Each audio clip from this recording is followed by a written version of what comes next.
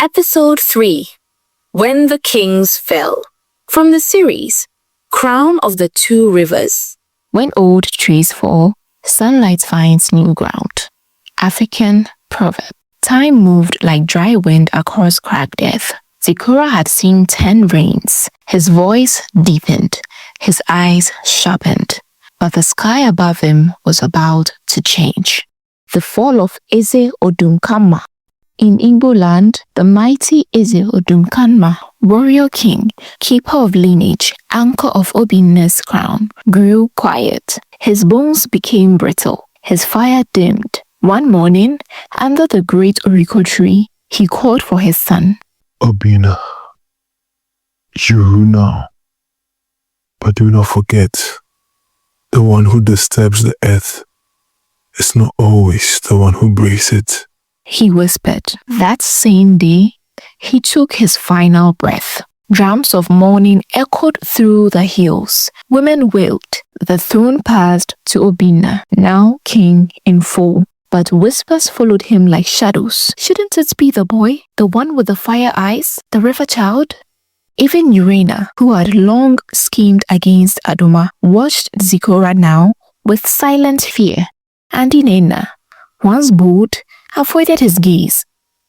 Obinna wore the crown, but even he could feel it slipping. The death of Nana Aseko Tene. Far across the forest in the land of gold and drums, a storm struck the shrine tree of Akan. Lightning split it clean down the middle. In the same hour, Nana Aseko Tene, king of the Akan, collapsed in his council chamber. Some said his heart broke from his daughter's exile. Others whispered that the ancestors had summoned him to prepare the way. The golden stool sat empty. For 7 days, the priest mourned. For 7 nights, the drums did not stop. And in the dream of one old seer, 2 suns burned in the sky. One fell, the other fled, and became a star. The crown denied. After the burial, a darker storm began. Nana Aseko Tene had no surviving son, and though Zikora bore his blood, he was born out of wedlock in another land. The elders gathered, voices clashed like spears. He carries the prophecy, he carries the shame. A foreign-born child cannot sit on our stool. In the end, the decision came like a slap. The throne would pass to Adoma's nephew, a lesser blood. Zikora's name was struck from the line, and Adoma, daughter of the Lion King, was now ordered to leave the palace. The long walk home. No crown, no home, no honor. Adoma stood beside her father's grave in silence. She felt her name fall from the mouths of her people like dust.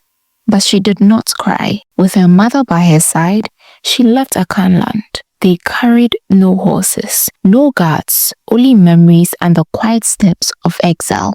Return to Igbo land. When Adoma returned to the palace of Obinna, there were no greetings, no feast, no welcome. The palace doors opened like old wounds. Obinna, now king, greeted her without a smile. His eyes were hollow. Since his father's death, he had spoken less, loved less, believed less. He looked at Adoma and saw failure, at Zikora, and he saw a threat. The boy doesn't even look like me, he once whispered. The world watches the boy, and yet across both lands, the people were talking. He healed a hunter. He walks with birds. He sings the wind and it answers. Children followed Zikora. Old women brought him offerings, small but sincere.